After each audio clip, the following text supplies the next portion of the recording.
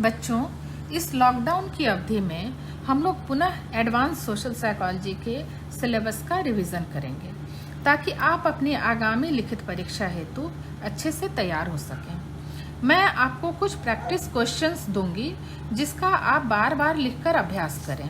यदि मेरे इस वीडियो से आपको किसी भी प्रश्न का उत्तर समझ में ना आए तो आप मुझे व्हाट्सएप करके या यूट्यूब पर कमेंट द्वारा क्वेश्चन पूछ सकते हैं। मैं जल्द से जल्द इसका उत्तर देने की कोशिश करूंगी। तो आइए अब हम शुरुआत करते हैं।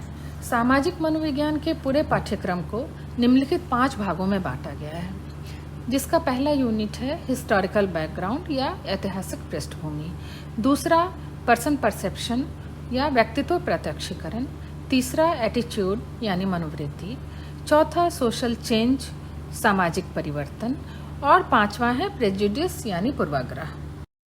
अब हम यूनिट 1 यानी हिस्टोरिकल बैकग्राउंड के बारे में बात करेंगे, जिसमें डेवलपमेंट ऑफ सोशल साइकोलॉजी इसका पहला पार्ट है। सोशल साइकोलॉजी के डेवलपमेंट को 4 भागों में बांटा गया है। पहला फिलोसॉफिकल अप्रोच, दूसरा early year of social psychology, तीसरा social psychology in between 1940 to 1970 और चौथा सोशल साइकोलॉजी आफ्टर 1970। पहला फिलोसॉफिकल अप्रोच। सामाजिक मनोविज्ञान के ऊपर दार्शनिकों का काफ़ी दबदबा रहा है, जिसमें प्लेटो तथा अरस्तु प्रमुख हैं। इन लोगों ने सामाजिक व्यवहार के अध्ययन में काफ़ी रुचि दिखाई है। हॉब्स, लोके तथा कॉम्टे ने सोशल बिहेवियर को समझने के लिए अपने अपने विचार दिए हैं। कॉम्टे को फादर ऑफ सोशियोलॉजी भी कहा जाता है। उनकी विचारधारा से समाज मनोविज्ञान की उत्पत्ति में काफ़ी मदद मिली है।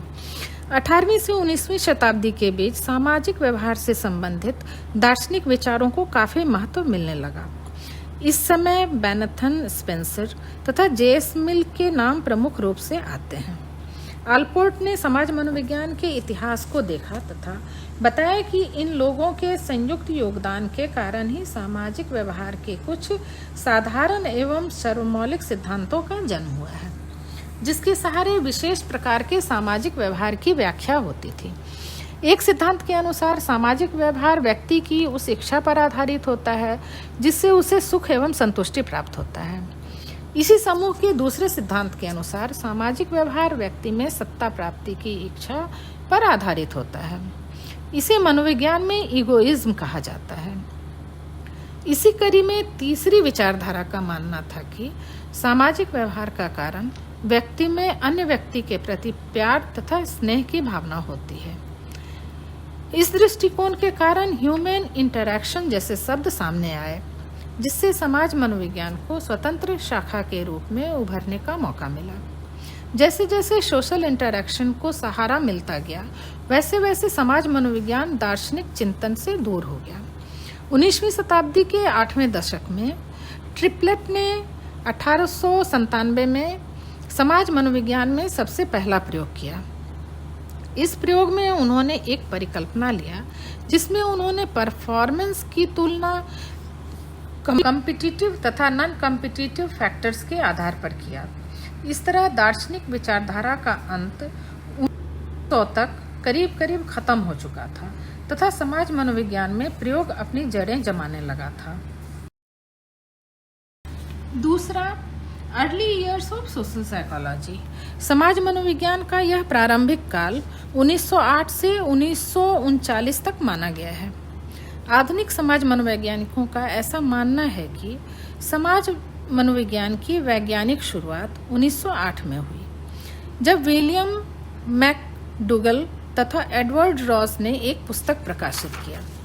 रॉस की किताब क्राउड तथा सोशल इन्फ्लुएंस पर आधारित थी, जबकि मैकडूगल ने सोशल इन्फ्लुएंस की व्याख्या की। ऑलपोर्ट ने अपनी एक पुस्तक 1924 में प्रकाशित की, जिसमें व्यक्ति के व्यवहारों के सामाजिक निर्धारकों पर बल दिया गया। उन्होंने समाज मनोविज्ञान को परिभाषित करते हुए कहा कि यह मनोविज्ञान की एक ऐसी शाखा है जिसमें अंतःक्रिया के प्रभावों का अध्ययन किया जाता है। दूसरे शब्दों में यह विज्ञान सोशल इन्फ्लुएंस का अध्ययन करता है। सोशल साइकोलॉजी 1920 से 1930 के दशक में एक स्वतंत्र शाखा के रूप में स्थापित हुआ। इसी दशक में नॉर्म्स, लीडरशिप, रेशियल स्टीरियोटाइप आदि का अध्ययन किया गया। साथ ही साथ इंटरपर्सनल प्रेफरेंस तथा लिंकेज को मापने के लिए सोशियोमेट्री का निर्माण किया गया। इस युग में समाज मनोविज्ञान का काफी तेजी से विकास हुआ। तीसरा, social psychology in between 1940 to 1970। द्वितीय विश्व युद्ध ने समाज मनोविज्ञान को काफी हद तक प्रभावित किया। इस युद्ध के बाद समाज मनोविज्ञान में कुछ नए विषय जुड़े, जिसमें प्रोपेगेंडा यानी प्रचार, प्रेजुडिस पूर्वाग्रह एवं एटीट्यूड यानी मनोवृत्ति आदि थे। इस दशक में सबों का मनोवैज्ञानिक अध्ययन शुरू हुआ। व्हाइट ने बच्चों के 5 समूहों का अध्ययन करके सोशल इंटरैक्शन के पैटर्न को बताया। कॉम्बे ने रेफरेंस ग्रुप का अध्ययन किया। फेस्टिंगर ने भी एटीट्यूड चेंज के संबंध में महत्वपूर्ण सिद्धांत दिए। इसी दशक में aggression, violence, affection, charity, gratitude, social change, perception तथा ग्रुप डिसीजन जैसे विषयों का व्यापक अध्ययन किया गया।